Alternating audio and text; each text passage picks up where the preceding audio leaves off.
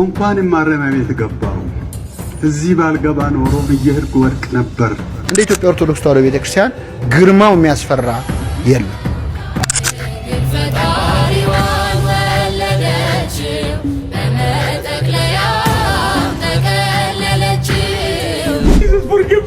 Forgive me, please.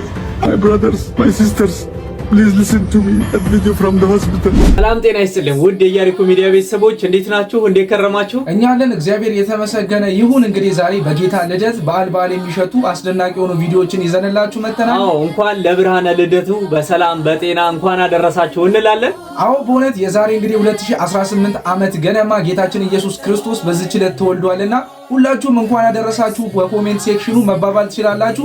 እኛንም የእንኳን አደረሳችሁ መልእክት እንድታደርሱን ከወዲሁ ጋብዛችኋለን። ዛሬ ቪዲዮ እንግዲህ በትናንትናው ዕለት የአላፋት ዝማሬ እንዴት አለፈ ምን ይመስላል የሚለውን የምናስመለክታችሁ ይሆናል። እሱ ብቻ አይደለም እንግዲህ ወደ አላፋት ዝማሬ በጣም ብዙ ሰዎች እየሮጡ ይገኙ ነበር።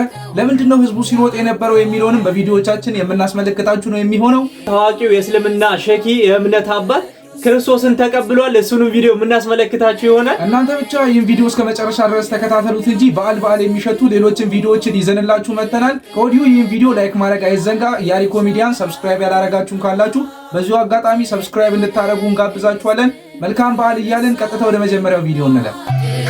ፈጣሪዋን ወለደችው በመጠቅለያ ተከለለችው የለምና ስፍራ በእንግዶች ማረፊያ ግርግም አስተኛችው በከብቶች ማደሪያ። በእውነት በጣም አስደናቂ ቪዲዮ ነው። እንግዲህ በትናንትናው ዕለት የአላፋት ዝማሬ እንግዲህ እንደዚህ ደማቅ በሆነ መልኩ ተላልፏል ወይም ደግሞ ተከብሮ ውሎ ነበረ። አዎ እጅግ በጣም የሚደንቅ ነው። እንግዲህ ህዝቡ ግልብጥ ብሎ ነው የወጣ የሚመስለው። እንደዚህ መስቀል አደባባይን አጨናንቆ እየተመለከተን እንገኛለን። አሁን እንግዲህ በትናንትናው ዕለት በጣም ብዙዎች ወደዚህ ፕሮግራም ለመሄድ እየሮጡ ይገኙ ነበረ። ለምንድነው ሲሮጡ የነበሩት የሚለውን እንግዲህ በጣም ብዙዎችን ግራ ያጋባ ይገኛል። እስቲ ቪዲዮን ተከታትለን እንመለስ። ይሄ ሁሉ ሰው የሚሮጠው ጋይስ ለመሰለፍ ነው። እሺ አይ ሚን ለፍተሻ ለመሰለፍ ነው። ሳይፈተሹ መግባት ስለማይቻል አሁን ሁሉ ሰው ተፈትሾ ነው የሚገባው። ሰው ደግሞ እየሮጠ ነው የሚሄደው ቀድሞ ተፈትሾ ቀድሞ ለመግባት ወሰውፈን በእውነት እጅግ በጣም ደስ የሚል ነው። እንግዲህ ከዚህ በፊት በነበሩት ጊዜያቶች ለበዓል ዋዜማ ማለት ነው ሰው እንደዚህ የሚሮጠው ወደ ኮንሰርት ነበር። አሁን ደግሞ ወደ ዝማሬ እግዚአብሔርን ወደ ማመስገን እንደዚህ ሲሮጥ ሲታይ እጅግ በጣም በእውነት ደስ የሚል ነው። በእውነት ልደቱን እንግዲህ በባለ ልደቱ ቤት እናክብር በሚል መርሃ ግብር እንግዲህ ዲያቆን ሄኖክ ኃይሌ ለተከታታይ 3 ዓመታት ሲያሰናደው የነበረው ፕሮግራም በዘንድሮም እንግዲህ በጣም በደማቁ ሁኔታ ተከብሮ አልፏል። ይህ ፕሮግራም ላይ እንግዲህ በጣም ብዙዎች እንግዲህ ሰልፉ በጣም ረጅም ነበር የፍተሻ ሰልፉ።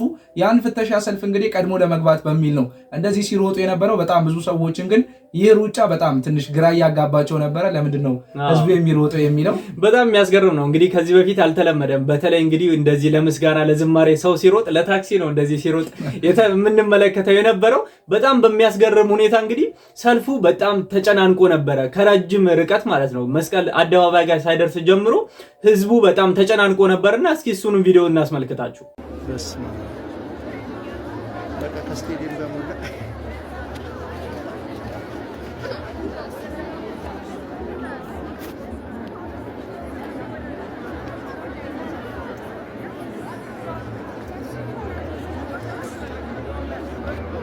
ቅድም ሲሮጥ የነበረው ህዝብ እንግዲህ ይሄን ሰልፍ ለማለፍ ነበረ። እንግዲህ እንደምትመለከቱት ከለጋሃር ድረስ እንግዲህ ቦታው ሞልቶ ነበረ። ለፍተሻ የቆሙ ሰዎች ናቸው እነዚህ።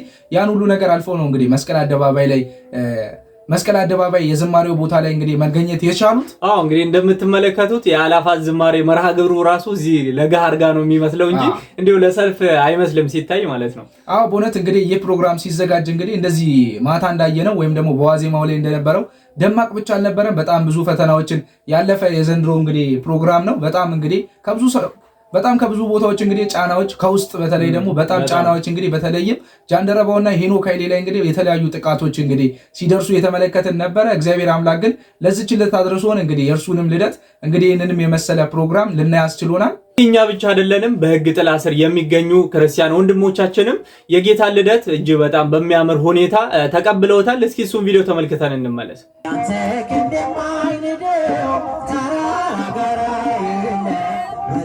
Chalo que te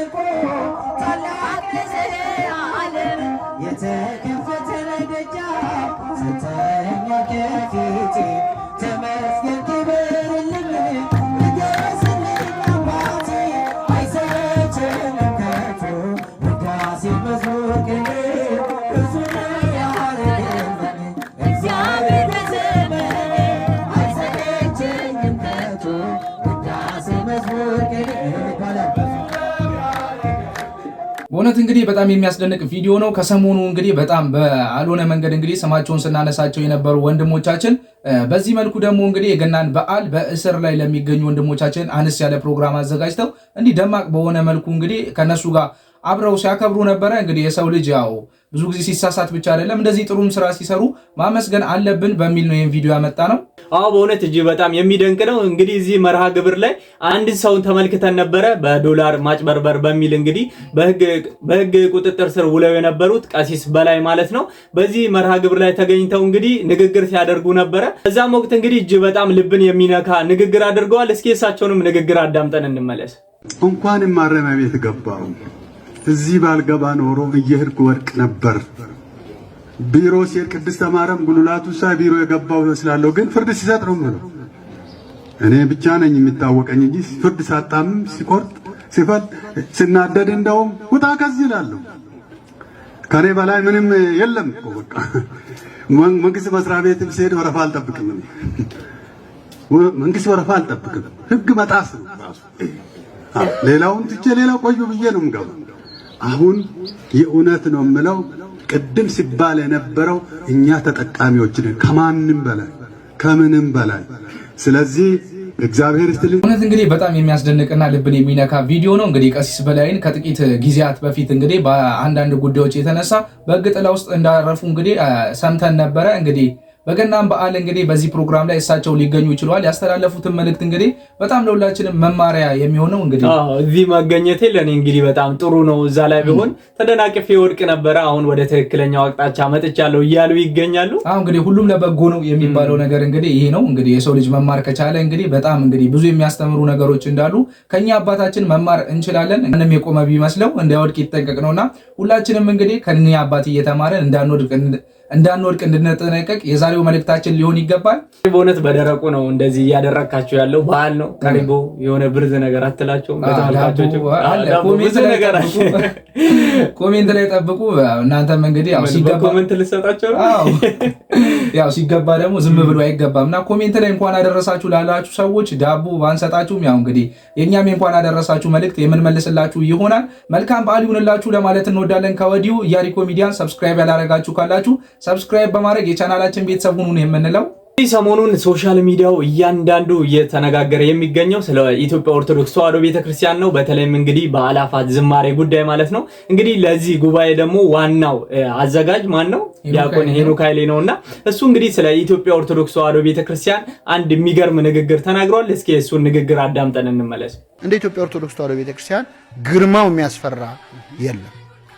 በሚጠሏት አይምሮ ውስጥ እንኳን ያላት ምስል በጣም ትልቅ ነው።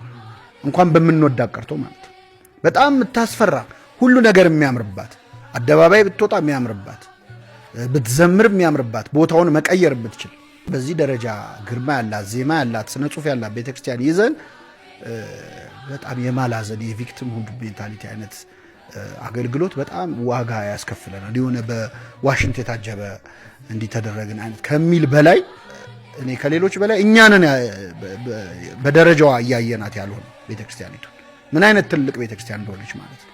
ጣዕሙን ያወቀ ቀን ሰው እዚች ሀገር ላይ በጣም ከባድ ነገር ነው የሚፈጠረው።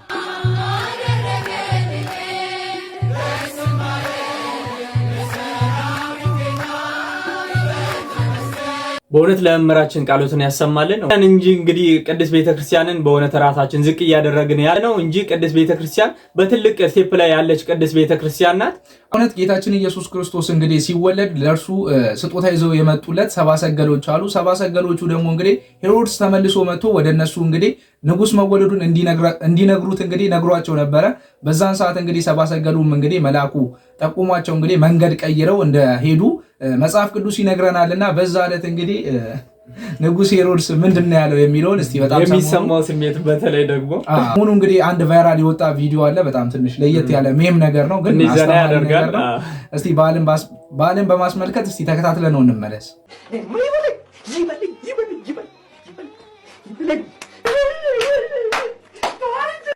እንግዲህ ሄሮድስ እንግዲህ ይበለኝ የሚችለው እንግዲህ ምንድነው ግን ይበለኝ ተከትያቸው በሄድኩ ነው ሊያደርግ እንደሆነ ያው በሰዓቱ አልነበርኩም እኔ ያው ሚሙን አንተ ስላመጣው ነው ማሰገድ እንግዲህ መንገድ ቀይረውበት ሲሄዱ እንግዲህ ንጉስ ሄሮድስ ሊል የሚችለው ነገር ቢኖር ይሄ ነው ብሎ እንግዲህ ሰሞኑ የተለቀቀ ሜም ነው። ትንሽ ዘና ያረጋል ብለን ያመጣ ነው። እስቲ ከዚህ በመቀጠል ደግሞ ከሰሞኑ እንግዲህ አንድ ሼኪ ግብፃዊ ናቸው። በጣም እንግዲህ የሚያስደነግጥ ዜና ተሰምቷል። እሳቸውም እንግዲህ በጣም ታመው በጠና በሐኪም ቤት እያሉ ጌታችን ኢየሱስ ክርስቶስን እንዳዩትና ጌታችን ኢየሱስ ክርስቶስንም ይቅር በለኝ እያሉ እንግዲህ አንድ የተለቀቀ ቪዲዮ አለ። ወደ ቅድስት ኦርቶዶክስ ቤተክርስቲያንም እንደተቀላቀሉ የሚያሳይ ድንቅ የሆነ ቪዲዮ ነው። እስቲ እሱን ቪዲዮ ተከታትለን እንመለስ። ይህ ከላይ የምትመለከቱት ሰው በሃይማኖታቸው እጅግ ጠንካራ ከሆኑና ሃይማኖታቸውን ዲፌንድ ከሚያደርጉ ሰዎች መካከል አንዱ ነው። ነገር ግን አንድ ቀን እጅግ ታሞ ወደ ሆስፒታል ሄዳ ሆስፒታል ውስጥ ሆኖ ግን ያየው ነገር እጅግ ብዙዎችን እያነጋገረ ያለ ነገር ነው። ይህን ቪዲዮ ብዙዎች ጋር እንግዲህ ኮፒ ሊንክ እያደረጋችሁ እኚህ ሰው ያዩትን ነገር እንስማ። My brothers, my sisters, please listen to me. That video from the hospital, it went everywhere. I know many of you are angry with me now.